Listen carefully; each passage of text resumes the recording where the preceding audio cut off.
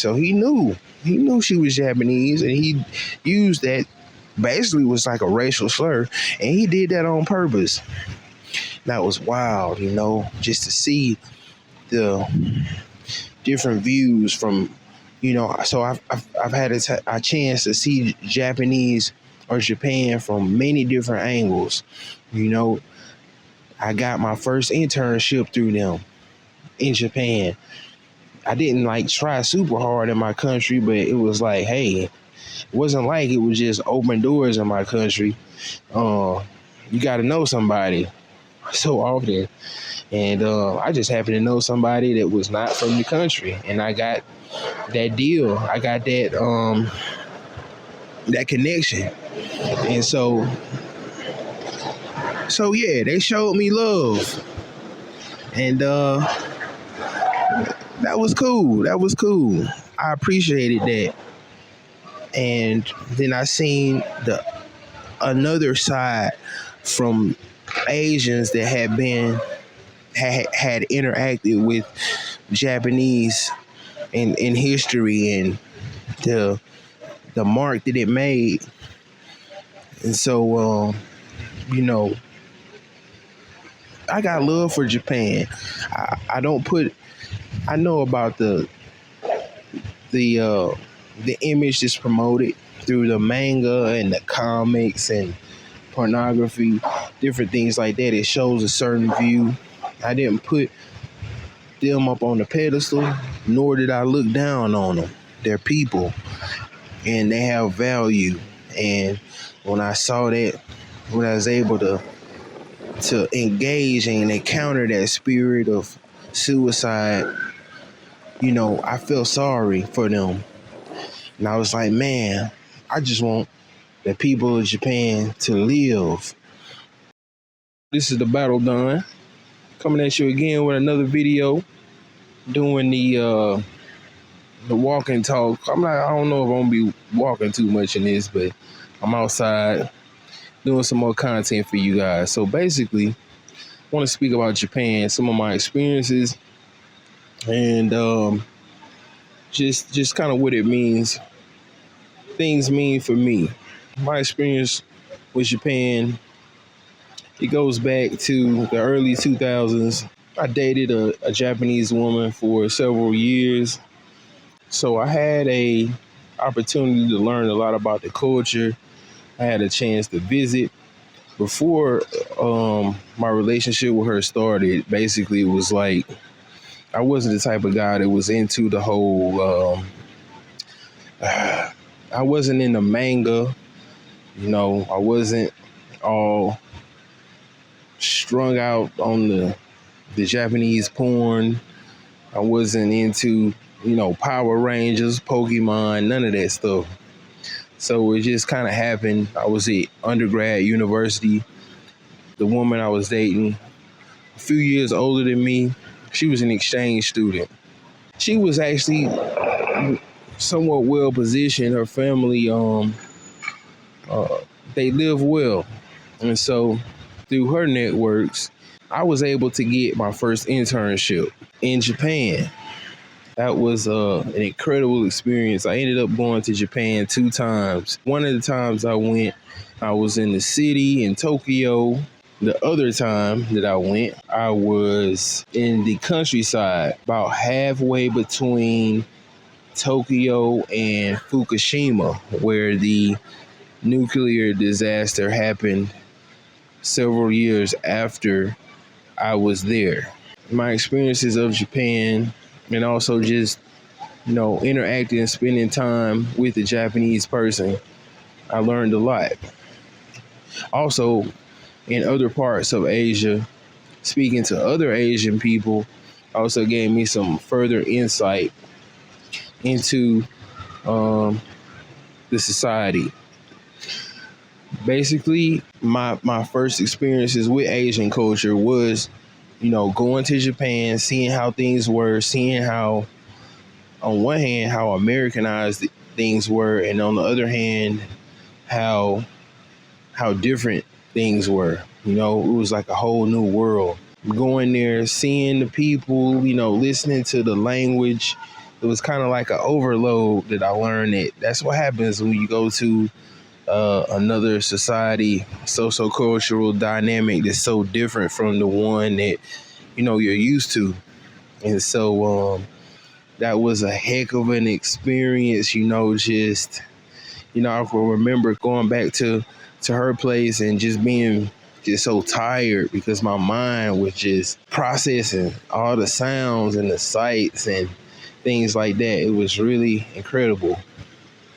And one thing that I can say was when I was in Tokyo, in the city, so many people. I've been around so many people. I think in the metroplex of Tokyo, it's like 10 million, 8 or 10 million people. It's just people on top of people. You know what I'm saying?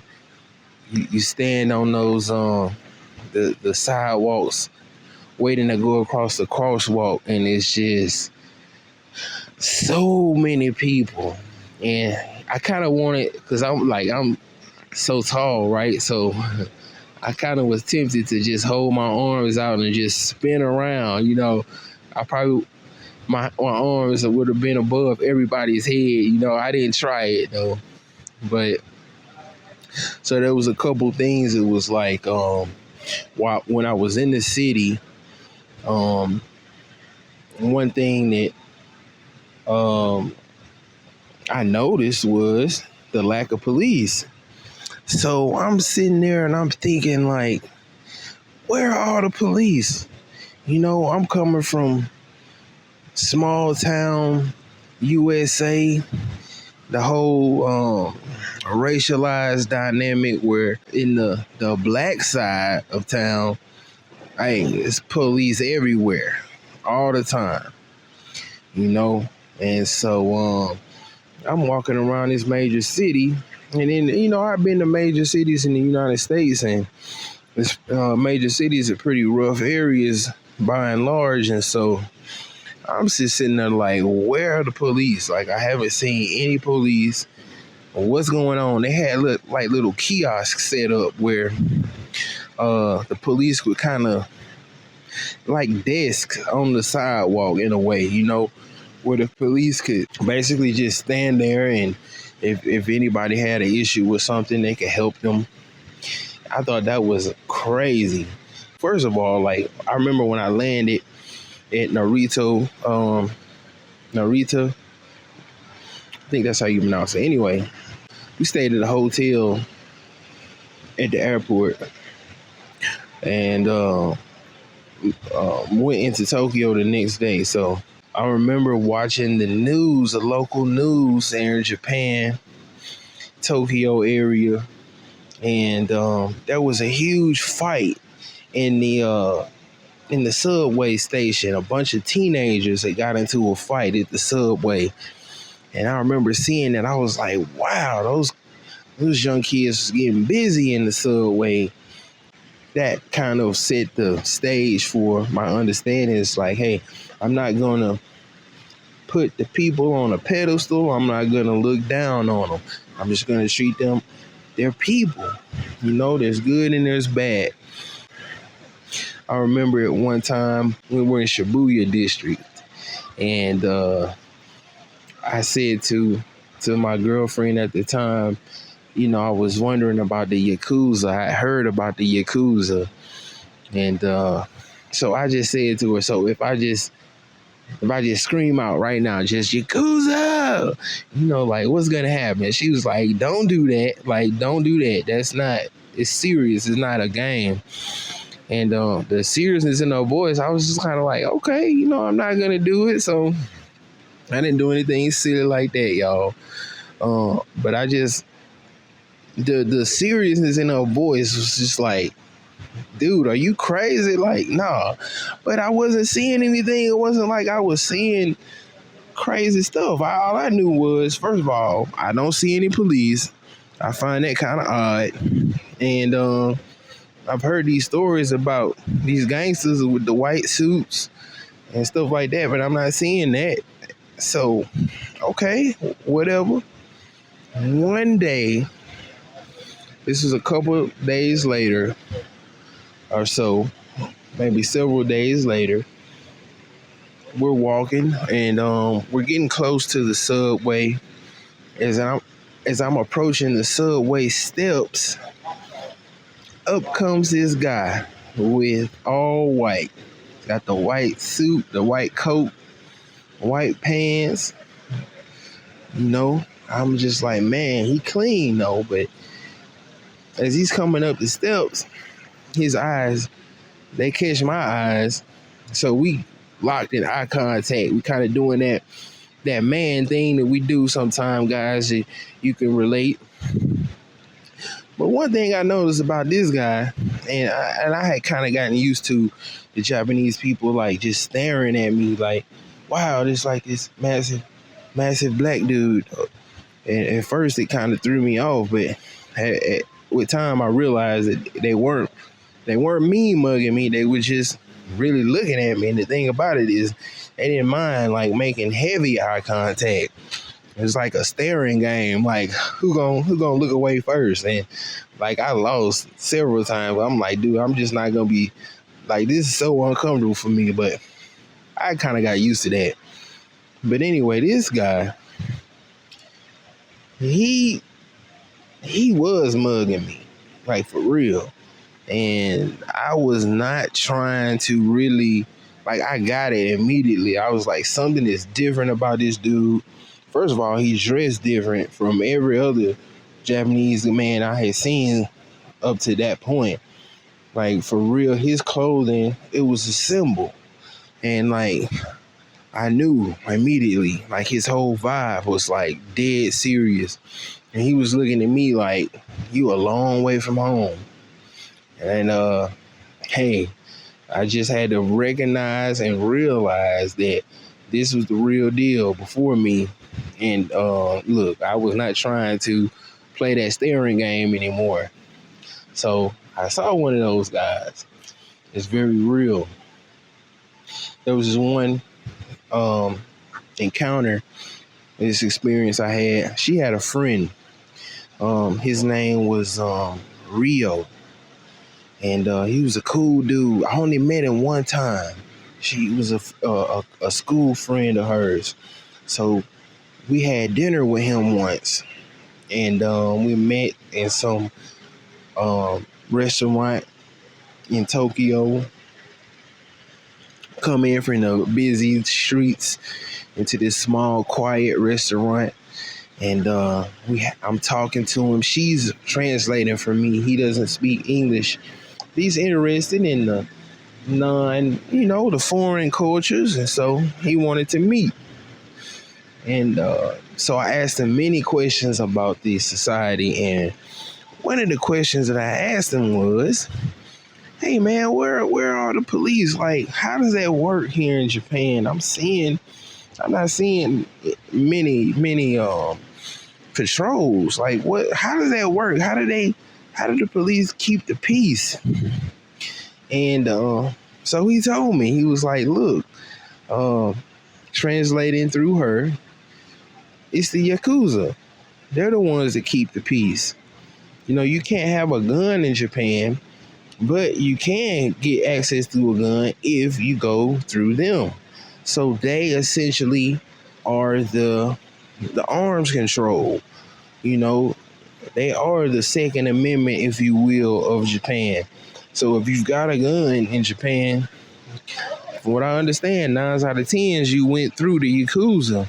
So it was like, wow, okay, that makes sense. I can see why things are the way they are. I can see why there's a sense of order, And I thought back to the formation of the so many of the gangs in the black community, like the Crips and the Gangster Disciples, groups like that, where that's the point. The point was not to sell dope and shoot and stab one another all day. The point was to police the neighborhood, because you had in that apartheid system that we had, and to many extent still do, but it was very strong back in the times where these gangs started, and it was about listen, these police don't have to come into our neighborhoods and abuse people. We can handle that.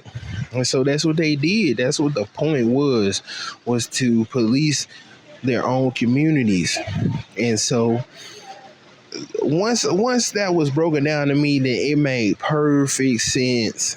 The way things, or the reason why things were so calm and stuff, is because you got to deal with the gangsters. If you want to, a young person, you want to act a fool in Tokyo, hey, you gonna have to see the gangsters. They gonna come see you. And so, hey, don't nobody want that smoke. And so if there was a fight, then I have to just assume that it was sanctioned. And so, yeah, that was extremely interesting. And so things like that in the city, going to different venues, little places, little clubs and things like that. I used hip hop culture as a acculturation, or I should say, I use it as a inroads into different societies throughout the world. And I started doing that in Japan, and I went to one or two hip hop spots. It was like I was in my culture, but in a different society, and it was very interesting. I started to learn I could get inroads into a society by going around the hip hop spots of that particular country, and just from there, I meet people and then get deeper into whatever society it is that I'm dealing with. And so, interesting thing about like hotels, finding a place to stay. It blew me away to see signs saying, "Hey, if you're not Japanese, you can't stay here." And I'm like, wow, just I'm learning that, hey, my country, it works differently. It's like what you see with the migrant issue, for example, is like the rulers of my country, they have a open door policy, if you will. Now it's not completely open door. Now, if you from a country like Haiti, you might not be welcome, but other places, the people come right on in. We'll keep the light on for you, as they say. So it was just amazing to see how, hey, other societies, they don't do it like that. It's some people just say they discriminate. It's like, hey, there's nothing you can do about it. If you're not one of them, they're not letting you stay, and it is what it is. You'll have to find somewhere else to stay. And if you can't find somewhere to stay, you probably don't need to be here in the first place. So interesting. So when I went out to the countryside, there was another interesting dynamic that I came into contact with in Japan, and that was, once you get away from the big city and just the hustle and bustle, and your senses are so bombarded with the sights and the sounds and the smells. When you're in the countryside, the countryside is the countryside. It's quiet. Sometimes a little bit too quiet. So quiet that you can hear the blood pumping. In your body. That quiet. And that was so cool to see the rice paddies. It's my first time to see rice paddy. I was like, what is this dude doing standing in this like water? Like, why is he, what is that? And so she, my girlfriend at the time, she was like, that's rice. I'm like, that's how they grow rice? Like rice grow under the water? That blew me away to see the rice paddy. And then on top of that, dude had on the hat that looked like the Mortal Kombat hat. So he's standing out in the middle of the rice paddy with the Mortal Kombat hat, and I'm just peeping the whole scene, and I'm just like, wow, this is something. And after a few days of being in the countryside, I started to notice this like very low level, this very low level like tension. I couldn't ever put my finger on it while I was there. But the best way that I can describe it is, if you have ever heard a dog growl and you knew like, hey, something's up. If it's your dog and it's growling, if it's not your dog and you hear some growling, you like, what's that? What's going on? And that's kind of how I was feeling the whole time I was in the countryside. I just had this feeling like when I would sit down and just sit and soak in the scenes, the beautiful greenery and, you know, the trees and the mountains. And I'm just, something like, what's going on? Why do I feel this very low level uneasiness? It was like a dog was just growling constantly, not at me, just growling at everybody. And so this one time we're walking to, I needed to get some things from a little store, and we're walking from her parents' home to this store in the countryside town, and she points to the side. She's like, hey, you see that building over there? And I'm like, yeah. She said, you know, I was hanging out with my friends once in that building, and they lived, it was like a 10, 12 story building, apartment building. And she said that they were having dinner, just talking, things like that. And she, out the corner of her eye, she seen this flash, or not a flash, but just a blur or something past the window. And she said everybody just got quiet because they knew what it was. I'm like, y'all knew what it, like, what was it? He said somebody had committed suicide. Somebody had jumped off of the building. And so, you know, they were quiet for a moment, and then they just went back to their normal conversation. I'm just like, wow, it's like that, you know? I would ask her when we were in the countryside, because I grew up in the countryside. I love the nature. I wanted to go into the forest. I'm like, I know about American forest. I want to go check out the Japanese forest, you know? And she's like, no, we can't go to the forest because we might come across a body. I'm like, come on, is it like that? It's like that. That spirit of suicide is serious. And so looking back on it, on my time there in the countryside, and that tension, that growling, that's the best way I can explain it. The feeling that is, that's what it was. You know, that spirit, it just consumes the people. And it's so dark and just demonic to just feed on the people like that. And that's something that I'll never like, I guess you could say, I can't forget that feeling. I have felt it before. I felt it here in America in certain places, certain neighborhoods, you know, where it's a lot of violence and things like that. You got that spirit of murder that, you know, hey, that gas station over there, somebody got killed over there the other week. Go down the road a little ways, somebody got killed over there.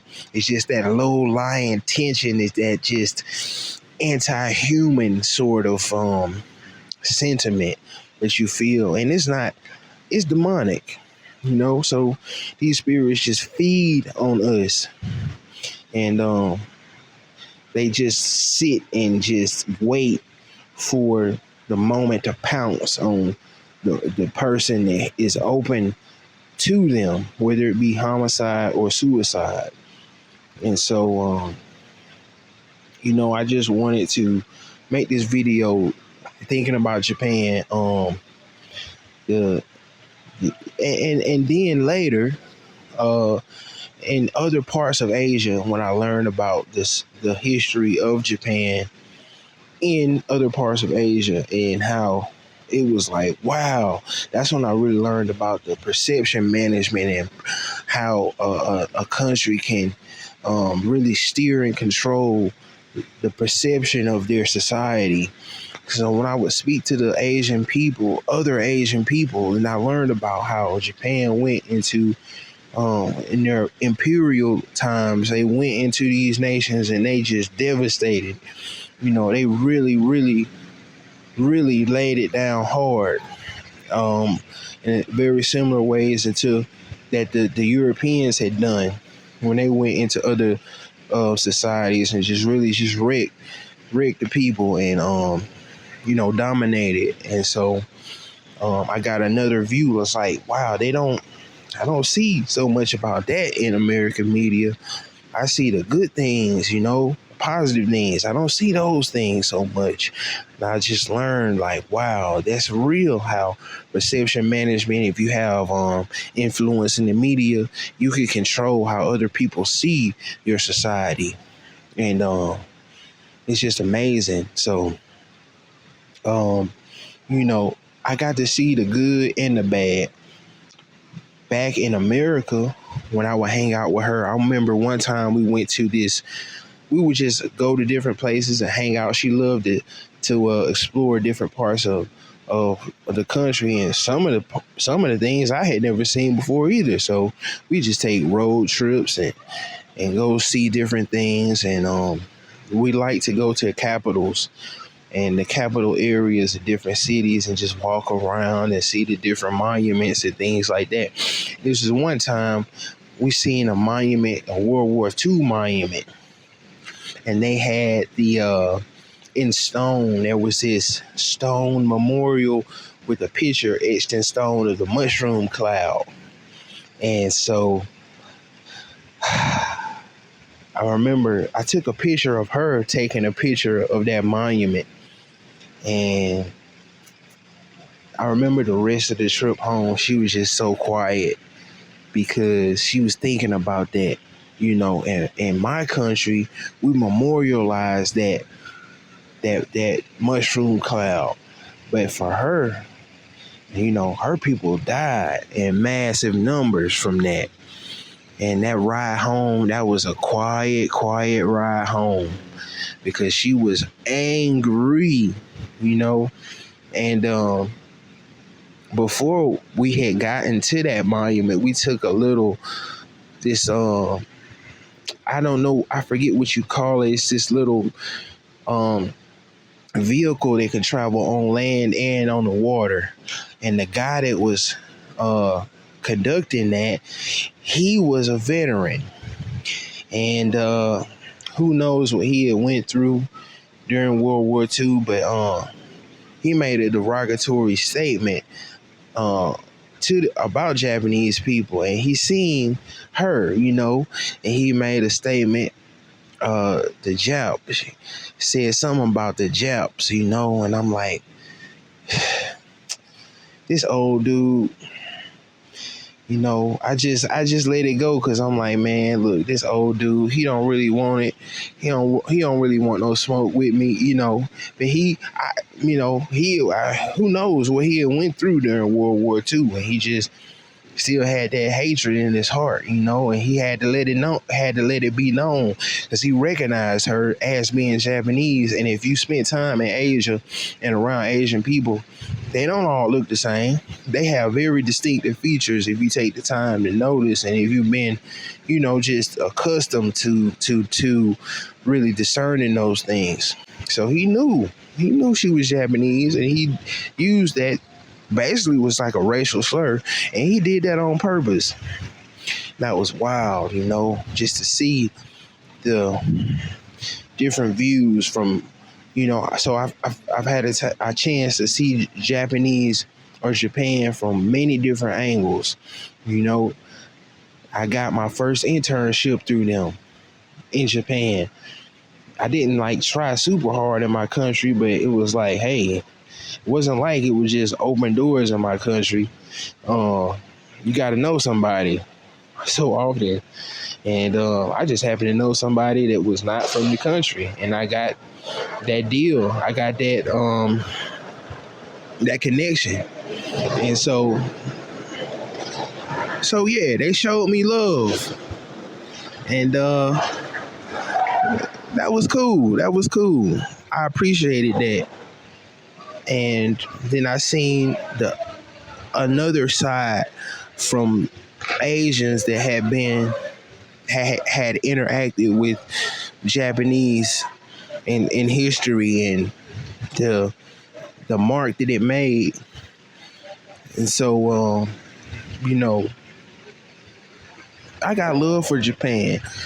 I don't put I know about the image that's promoted through the manga and the comics and pornography, different things like that. It shows a certain view. I didn't put them up on the pedestal, nor did I look down on them. They're people, and they have value. And when I saw that, when I was able to engage and encounter that spirit of suicide, you know, I felt sorry for them. And I was like, man, I just want the people of Japan to live. You know, I know that there's a demographic issue there. Again, with that suicidal spirit working against the people, as it does here in the United States. You know, we heard about the deaths of despair, and so it's not just a Japanese thing. But I don't make this video to, expose Japan or anything like that. Life is the same way in many ways here in the United States as it is over there, the people, I just want them to live. I just want them to prosper. Want them to make amends for whatever happened with other Asian countries and things like that. My country, to make amends with them for what took place, and just it gets so complicated and convoluted. But I want us to live here in America. I want them to live too. And that's just what I just wanted to say. Just peace to Japan. Peace to Japan. Young man, young woman of Japan, live, go forth and multiply. Your people need you to multiply now more than ever. Need you to get together and sustainable relationships with one another and build. So, yeah, just wanted to drop that on y'all. Hope y'all having a good week. Hope you had a good weekend, and just live, smile, talk to the people, get to know the people. This world we living in is so, like I say, real life. The craziest movie that you could ever think of, it's got nothing on real life. Real life, man, is more. The highs are higher, the lows are lower than anything that could be captured in a camera. So get out there and live and understand your neighbors. Get to know your neighbors. So it's a battle done. Peace out. Until next time, y'all.